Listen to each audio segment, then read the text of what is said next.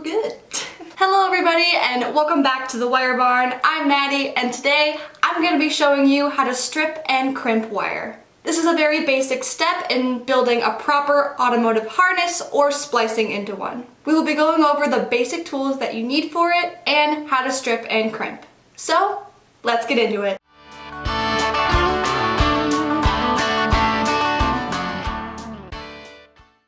So before we get started, I'm going to show you the basic tools that you're going to need for this. First of all, we're going to need wire. For this video, I'm going to be using high temp GXL automotive wire. If you don't know what that is, go check out our last video about comparing GXL with GPT and TXL wire. You can also check out our wire selection guide on our website, wirebarn.com, to see which wire is best for your application. Next, we're going to need a crimping tool. And here I have three basic types. So the first one I have here is a basic plier type crimper, which is basically a fully manual crimper, and most of these can be used as multi-purpose tools. There are two areas to crimp on this tool, and one is for insulated and non-insulated terminals. Make sure you don't crimp on the wrong side of the crimper, otherwise you won't get the right crimp.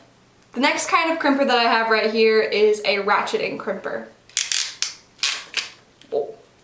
With this crimper, it requires you to do a full cycle. With other crimpers, it depends on how hard you squeeze, but with this crimper, it ensures a full cycle by clicking once it's reached its furthest point, and won't let you go back until it crimps all the way.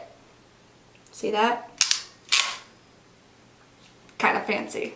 And finally, there's a standard plier type crimper, which is used only for crimping, that looks like this. Next, we're going to need a stripping tool. And there are two types of strippers that we use, manual and semi-automatic. For the manual stripper, you place the wire into the mouth of it, squeeze it, and then you manually pull the wire slug off. For these semi-automatic ones, all you have to do is put the wire into the mouth of it, squeeze it like a pair of pliers, and the tool will strip the insulation from the wire.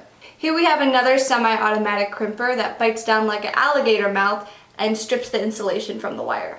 We are also going to need terminals to crimp onto the wire. There are two types of terminals we'll be using, insulated and non-insulated. In this video, I'll be showing you how to crimp both types. All of the tools that I will be using in this video will be on our website, wirebarn.com, and we are going to be posting more tools on our website soon, so make sure to look out for that. Now that we have all the tools that we need, let's get into the first step, stripping the insulation off the wire. Okay, so again, I'm still using the GXL wire. This is just a different color than the red.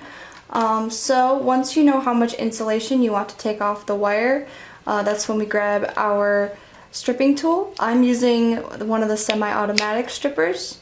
So once we know how much insulation we want to take off, this is when we can go ahead and measure it out and press down, and it should strip it right from the wire.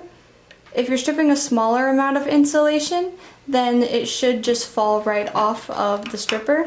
And if you are stripping a larger amount of wire and you don't want to immediately crimp it onto a terminal, it's best to keep the wire slug on the wire so you don't mess up the copper wire strands on it. And once you're ready, you can just tug it off and it should come right off. Now that the insulation is stripped, we can go ahead and start crimping the terminal onto the wire. Let's start with insulated terminals. So they look like this. This GXL wire is an 18 gauge wire, which is a pretty common wire. So for this size, you would need an 18 to 22 gauge wire terminal, and you will need to strip about a 1/4 inch to 5/16 of an inch of insulation off the wire to get it onto the terminal. So let's go ahead and insert it.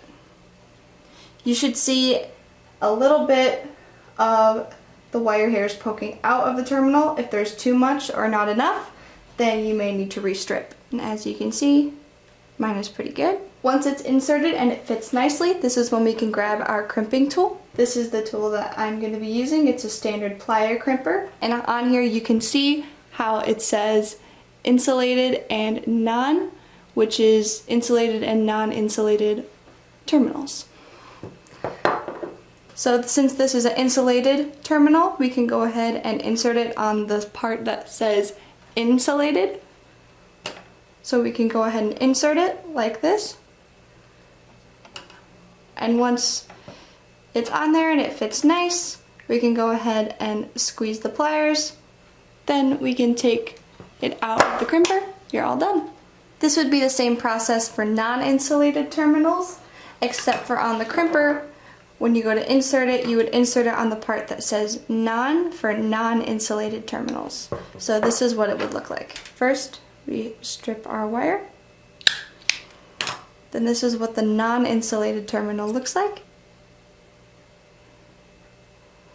Then we take our crimper, and you notice there is a little slit in the terminal. So we can insert that so it lines up perfectly with it. And once it's in, we can squeeze it, take it out, and it's all done. Here's what they would both look like together. Insulated and non-insulated.